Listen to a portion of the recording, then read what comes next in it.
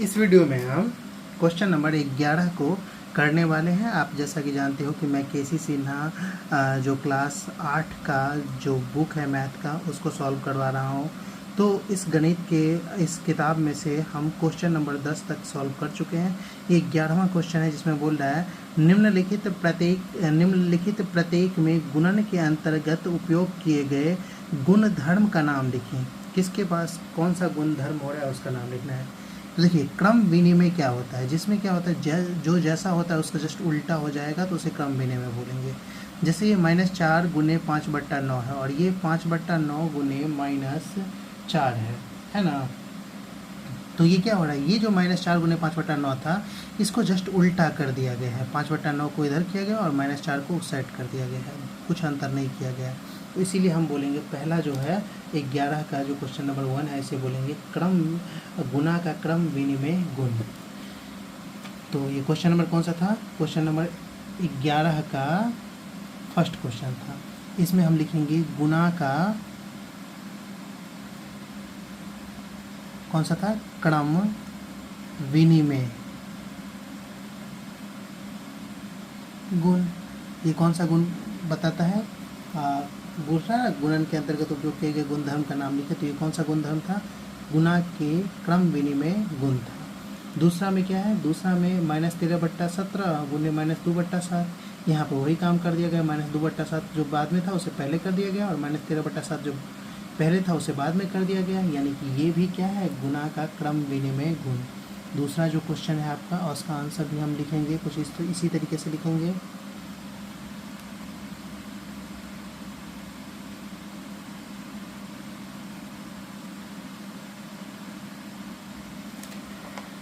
और इसमें भी हम लिखेंगे उसी तरीके से गुना का क्रम विनिमय गुण।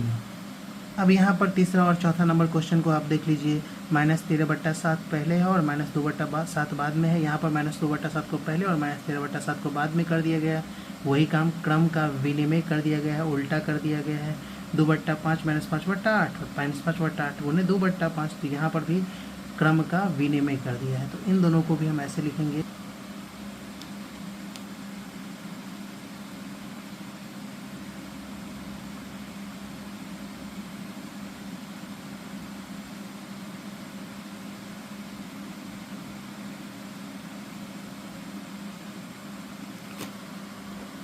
ये क्वेश्चन नंबर तीसरा और चौथा जो था उसमें भी हम गुना का क्रम विनिमय गुण के रूप में लिखेंगे।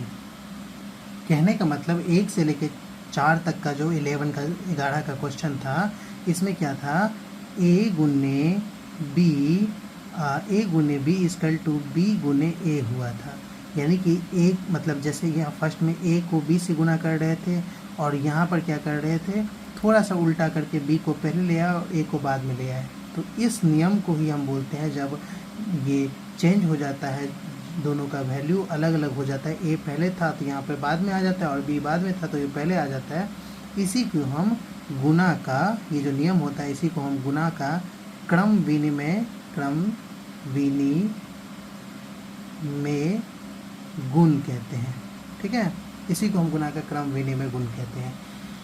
अब आगे का क्वेश्चन देख लीजिए, क्वेश्चन नंबर जो 5 है उसको देख लीजिए। 5वां जो क्वेश्चन है अपने पास वो क्या कह रहा है, तो उसमें पहले देख लेते हैं क्या कह रहा है। क्वेश्चन नंबर 5 में ये -5/6 और 2/3 गुने 5/7। यहाँ पे -5/6 जो कोष्ठ के बाहर था वो कोष्ठ के अंदर आ गया और 2/3 भी है, जहाँ था वहीं पे कोष्ठ के अंदर था तो कोष्ठ के अंदर ही है, लेकिन -5/7 जो कोष्ठ के अंदर था वो कोष्ठ के बाहर चला गया। तो इस ये वाला जो नियम होता है इसे साहचर्य नियम बोलते हैं। इसके बारे में मैंने अपने ही वीडियो में आपको पढ़ाया है इससे पहले, तो उसको भी आप देख लीजिए। इसको हम साहचर्य नियम बोलते हैं। साहचर्य नियम में क्या होता है, तो यहाँ देख लीजिए। साहचर्य नियम जो होता है आपके पास, इसमें साहचर्य नियम में आपके पास जो होता है वो क्या होता है, a गुने b गुने c रहेगा इक्वल टू, यहाँ पर भी a गुने b गुने c रहेगा। यहाँ पर a b गुने b जो पहले ब्रैकेट में रहेगा उसमें क्या हो जाएगा, b गुने c उस साइड ब्रैकेट में आ जाएगा। जो a अंदर ब्रैकेट में था वो वहाँ पे ब्रैकेट में बाहर में चला जाएगा।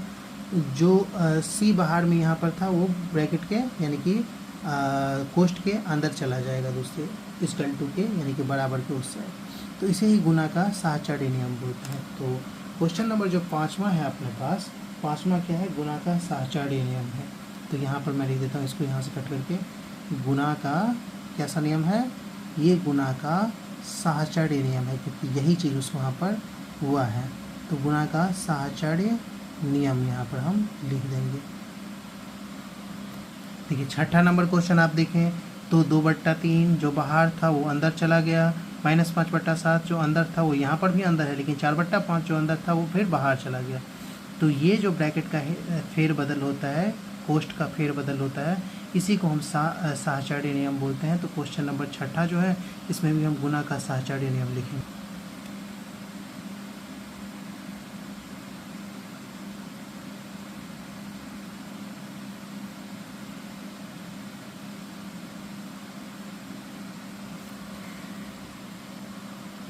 इस तरीके से हम यहाँ पर भी गुना का साहचर्य नियम लिख देंगे 6ठा में। यहाँ क्वेश्चन नंबर 7वां और 8वां को देख लेते हैं। इसे हम गुना का वितरण नियम बोलते हैं। क्या बोलते हैं, वितरण नियम। गुना का ये हो जाता है अपने पास वितरण नियम। क्यों बोलते हैं वो मैं आपको समझा देता हूँ।